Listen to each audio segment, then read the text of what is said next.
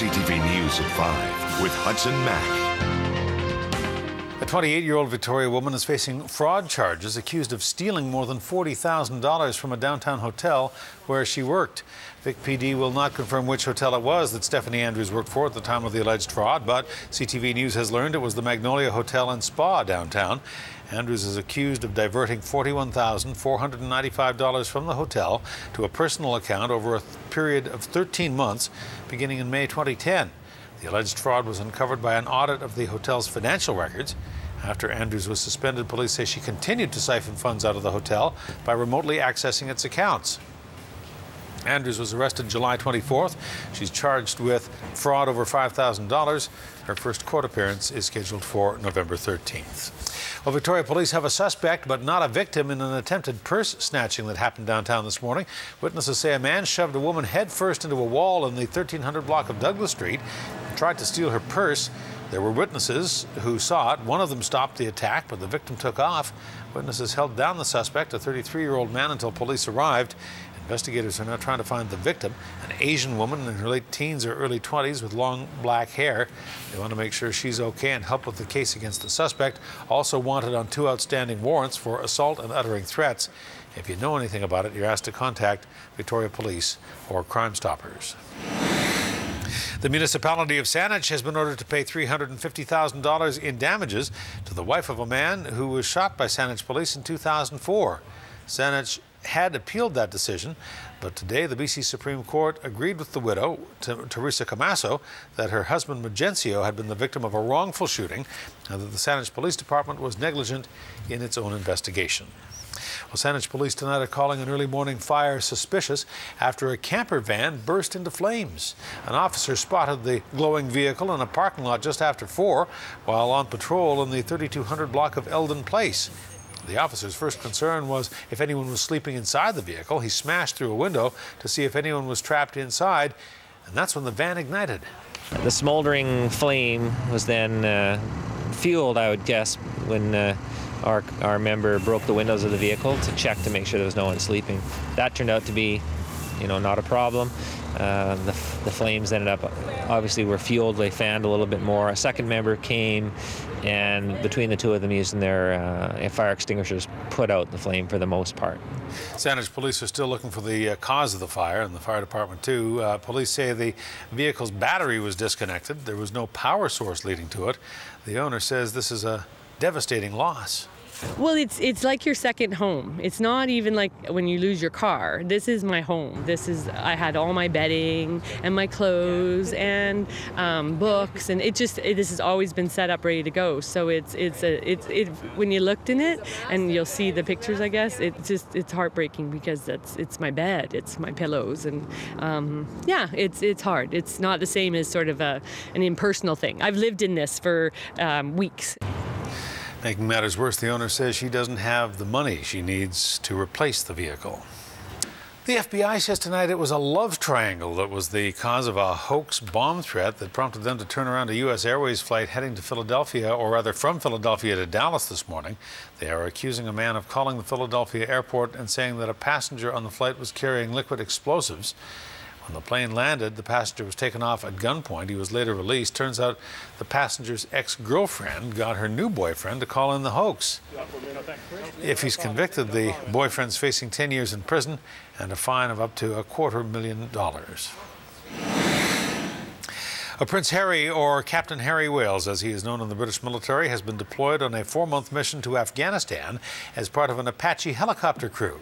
It's Prince Harry's second deployment to Afghanistan. His first in the war-ravaged region came in 2008. It had to be cut short because his presence in the country was leaked. Prince Harry, of course, recently came under fire after pictures of him naked in Las Vegas were leaked to the media. Well, the job picture in BC is on the upswing, and the provincial government is pleased with the latest job numbers. StatsCan says there were 34,000 new jobs created across Canada last month. That's nearly 3 times more than originally forecast, and the province is crowing that BC is leading the country in job creation. The national unemployment rate sits at 7.3%, and the jobs minister says out of the 34,000 new jobs created in August, our province generated nearly 15,000 of them, nearly half of all new jobs in Canada. The The province points out that the government has added nearly 52,000 jobs over last year, at least British Columbia has. The jobs report shows a boost in part-time employment, which helped to offset a decline in full-time positions. The unemployment picture in Metro Vancouver was unchanged. In Victoria, the rate last month jumped to 5.9% from 5.6%. Jobs Minister Pat Bell says he's encouraged by the numbers and says the latest figures show that there is strong and stable growth across several sectors.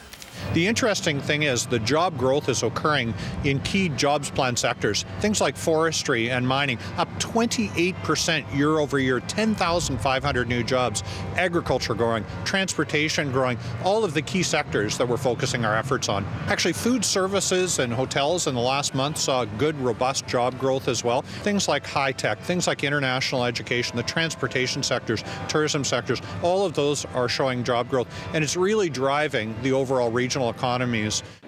And of course, with the political season in the U.S. On the heels of the Democratic convention, everyone was watching for the jobs report there.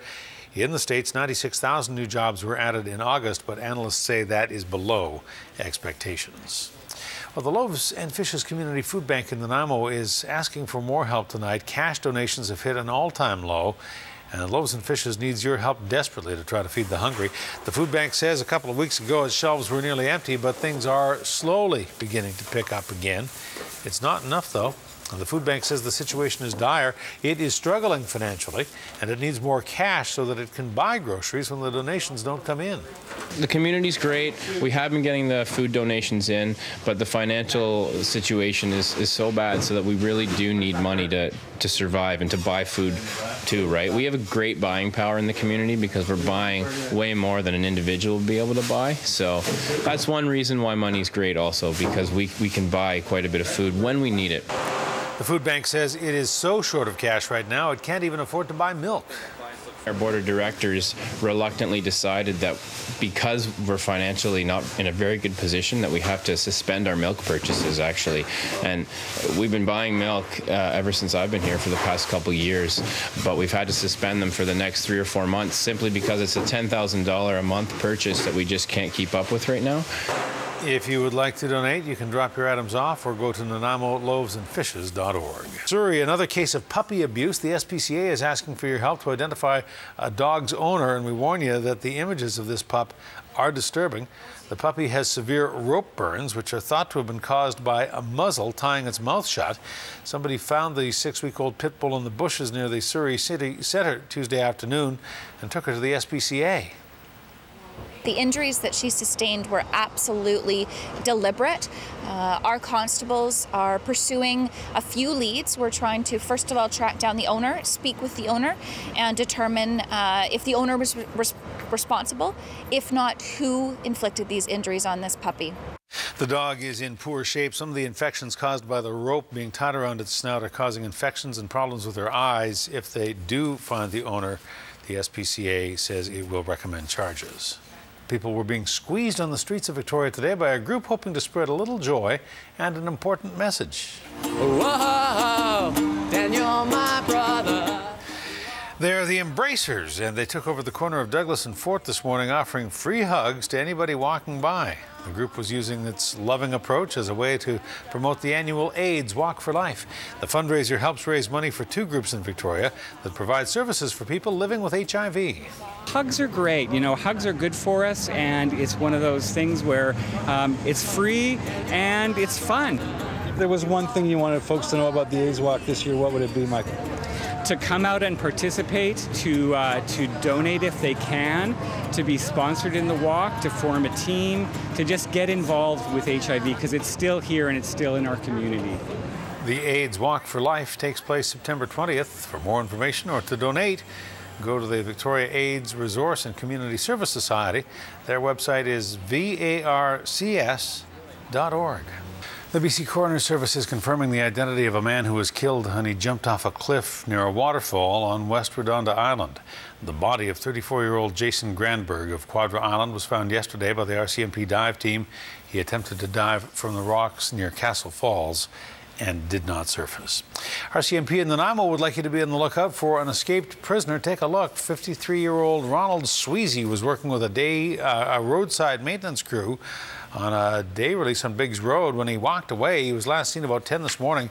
Sweezy is 5'8", 178 pounds with brown hair.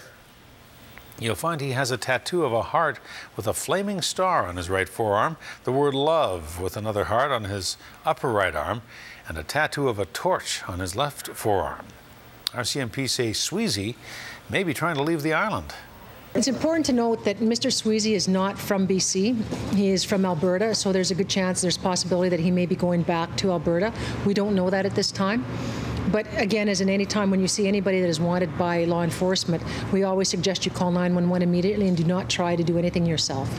If you've seen Ronald Sweezy or you have any information about his whereabouts, call police or Crime Stoppers. Well, the Harbour City's digging deep to get the answers it needs, and it needs those who are willing to suit up to help protect an endangered species. A rockfish study is being done by the Vancouver Aquarium, and it needs more divers. Marine biologists say the rockfish play an important part in the ecosystem, but they are easily threatened by fishermen. Organizers say they need more divers to help replenish and keep track of the rockfish population. All a diver really needs is a slate and some knowledge of what the rockfish looks like. And Vancouver Aquarium, on their website, they have a really good little game that you can learn how to identify the different rockfish.